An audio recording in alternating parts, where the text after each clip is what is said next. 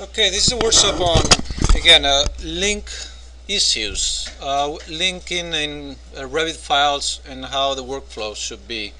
And I have here one terrain file that I called master file. As you probably have something similar to this, no? You probably have much more information, like the city, like the property line, etc., etc. You probably already have the buildings linked, but I'm going to do that here right now. For that, I prepare actually like three.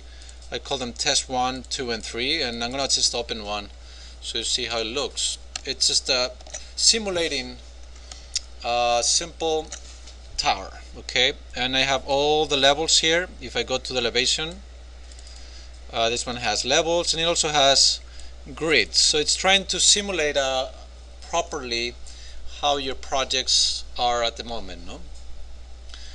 You probably have more foundations, etc. I do have in these ones that I prepare, in all of them, like a level for basement. I did not fix any levels, so they're not, they're not good. You probably have more, like a better understanding of where your levels are. And again, I have 3 buildings that simulate those buildings that we have in our project, okay? So I'm going to go to the master file, and I'm going to link them by going to Insert and Link Revit, and I'm going to select first number 1, origin to origin, and it's going to come there, okay? 1, 2, 3, 4, 5, A, B, C, D. I'm going to link another one. Remember that every time we link one, origin to origin, it's appearing in the manage links option. So I'm going to have those 2, as you very well know by now. And I'm going to link another one, Revit link 3. Again, this is only to simulate the problems that we might have. It is not accurate in any way. I just wanted to separate them and have this idea that each of them have their own, as you can see, grids, but each of them have also their levels. So it becomes a little like messy, no? Level 2, level 1, basement. So it's probably where you are at this moment, a little bit in a messy world of levels and grids, which is fine. I rather prefer this in the final than nothing, obviously. So, but let's see how we can clean this up a bit, okay? So I'm gonna go to the side. You can go and click the VV shortcut for visibility and graphics, and there's one option where you can actually hide the grids and the levels, or actually anything from the link buildings. Okay, you go to Revit links here, and you have these 3 options, and you can actually not change much from them unless you go and click here under by host view and say custom. And now you can go to model categories, and you could, if you wanted to, hide some of the elements from that particular link. Okay, in this case I only want to hide a couple of annotation categories, which is the second tab, and I'm going to go down to grids and uncheck that. Not that one, is moving like, and levels. Okay, now levels doesn't really matter here inside or in the plans, but I'm just gonna show up that you can actually hide both of them if you want. If I say OK there, the grids of the linked element that I showed are turned off. Okay, so we could do that for each of them, but before that I'm going to Control C that. I will probably include a set of grids that are unique to this particular project, which is the 3 of them combined. Okay, I'm gonna select one. I'm gonna name it A. As you can see, you can have 2 grids the same name because one corresponds to the link, it's not the actual project. And I'm gonna copy multiple, and I'm just gonna start placing them according to all of the links of the entire project. Okay, I'm doing it just vertically up. Let me go back in that, because I should have copied these 2. You see these 2 elements. I'm not going to solve these problems. This is something that you should have solved, the idea of continuity between the grids, but in theory these 2 should be different grids, as you can imagine. Okay, I'm going to move this one up, and I'm going to copy it to this grid, to this grid, to this grid, this grid, this grid, and this grid. Okay. I'm going to also place a set of grids vertically, and I'm going to call them, this is going to be 1, and copy them so they are corresponding with all of the links that are vertical from the project.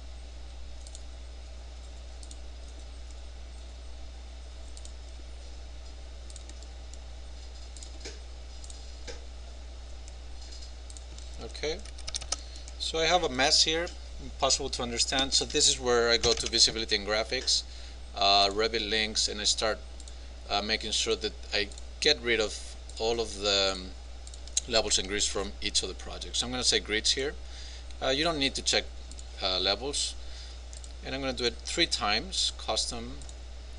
I'm going to say custom again here. I'm going to go to grids and uncheck that. And last but again, custom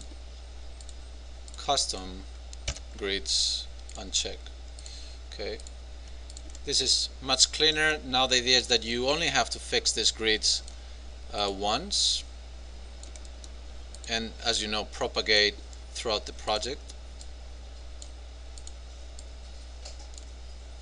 If you happen to have a situation where you have such a small difference between grids, you can always, start using the breaking line, so you have these kind of variations. I hope you don't have these conditions. If you had done this properly, these 2 grids most probably would be in the same grid, no? But if again you could have that difference in a real project, you just have to clean up a bit how the grids are occurring. Okay, I'm going to break that one too to clean it up. And a little higher. And I have another F here, and I might need to break it up upwards too. Okay, we have a D here that could also break up, or just not break up and just leave it here at the end. And these ones as well, we probably the scale makes a lot of difference here, so we could make it just a bit smaller and then break up only those that are needed. Okay.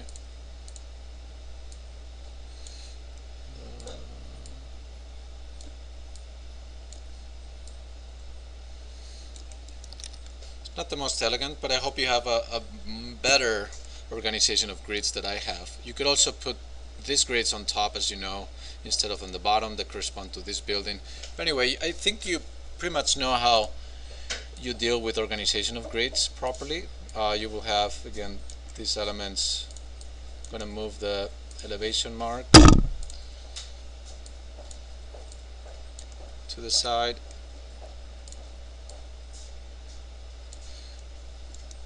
This one's I'm going to leave here. This one's going to come here, inside, inside. Okay, I mean it's not ideal, but it's probably better than what we had before, no? Let me see if I can move that. There we go. Move the elevations. Needless to say is that you should propagate these elements by, as you know, selecting, filtering out everything except the grids, and then you can just easily propagate extends. This is something it was dealt in Building Tech 3 a lot. If you propagate, you can select the floor plans and ceiling plans, etc., and they should accommodate those changes here. Obviously, if it's a different scale, you might need to reconfigure a bit, but it's always better to start here from the beginning. Here's the thing, I have a level in the side view is where I change the visibility and graphics, and that's why I don't see the grids of these buildings of the links. If I go to level 1, I do have the links. So instead of going one by one, visibility and graphics, Revit links, and changing by custom situations here, it's probably better that you start dealing with the template properties. Okay, you can create a template properties, and you can call it links and you can say no levels or no grids, for example. Okay, and you just say OK here, and then you can apply the template that you just saved. Links, no grids. Now here's a smart way to do it. If I say OK, it's going to give me all the view conditions or the template of how we see things in the side view. So it's probably not the smartest thing to do, because it's going to give me the terrain, it's going to show me the center point. So actually that's not the most accurate way to go. It would be probably better to start from the plan a new kind of a Revit links template, again going through the same steps, unchecking the grids,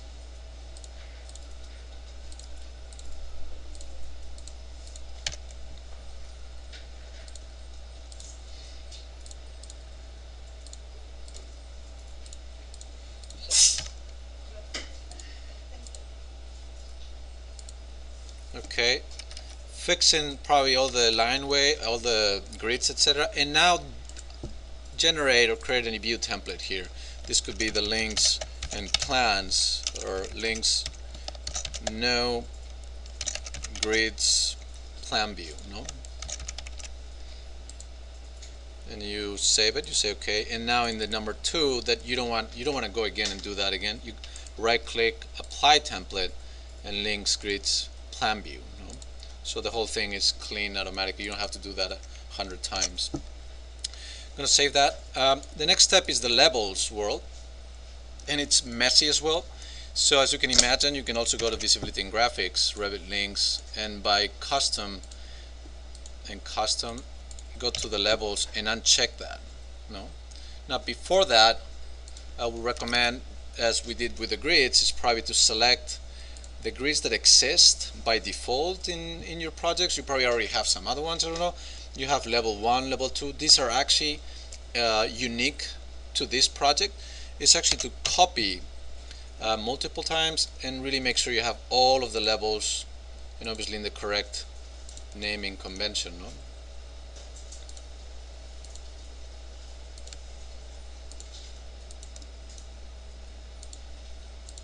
And the basement underneath. Now we have, again, levels from each of the links and levels from the particular main file project. Okay, now is the time to go again and change those Revit links, again by custom, and we go to levels. You might want to consider turning off the grids, because you have your own grids now coming from the project, and you say OK, and again custom levels grids, and custom levels grids. Okay, and there is clean. You obviously need to kind of clean up this mess that we have generated here.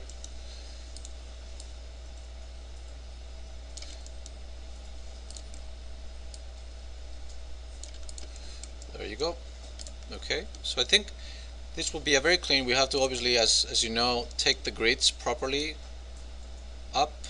If you want to unlock some of the levels because you want them to go in relation to another building, that's perfectly fine. You might want to take some of the levels in. This is things that I think we have talked many times.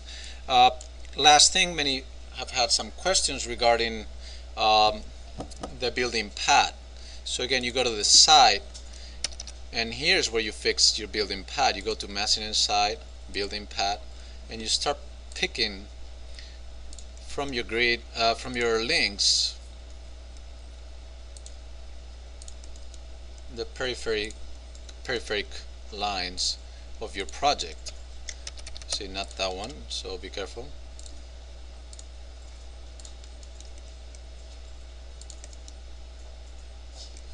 We need to do some trimming or fillet, TR. Or I could have done the rectangles directly, as you know.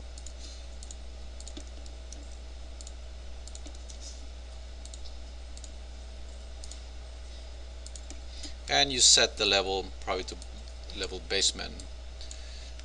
I didn't rename it, so it's actually 13, the last one. So you apply. Say okay.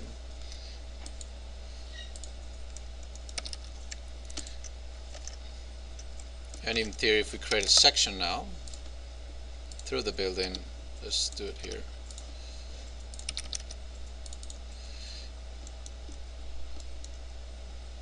Okay, it did not work out. I think I had an issue with, let me do one only, building pad, rectangle.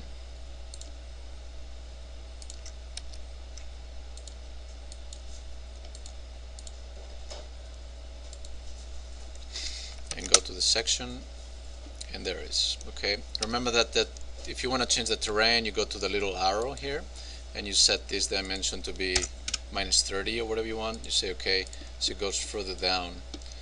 Okay, again, this grid line should come all nicely together, and now we just need to first take the views, like plan view, floor plans, and take all of the views. Probably it's better to change that 13. So you will have all the views here.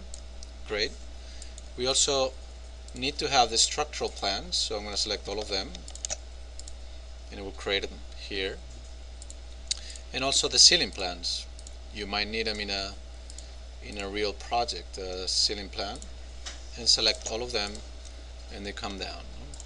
Now, every floor plan, let's go actually to the elevation and change that to basement, because it's the correct name. All of the plans are going to have their grids. So an issue is, how do we start, in the sections, applying the different templates? So it's as simple again as going to the elevation. This was clean before. Let's imagine it's actually up here again, or you take them down, and again you right click and you create a new template. You call it, elevations, no levels, and grids, because this one doesn't have either. And then you start applying to each of those views templates. You can go elevations, no levels, no views, and then automatically all of them should be properly set. You probably have to just do this for once, is like place all the grids properly. And the same with the plans again. Remember we saved a template here, so you can very easily select all of the views from the plan and apply view template, which was called plan view no grids. Okay, you say okay, and that cleans all of them at the same time. You don't have to go one by one. So here's the good thing about it, that you only have to just think about architecture in your individual projects, and then the grids, at this point, they should be quite perfect. They should accommodate the whole thing to your master file. Okay.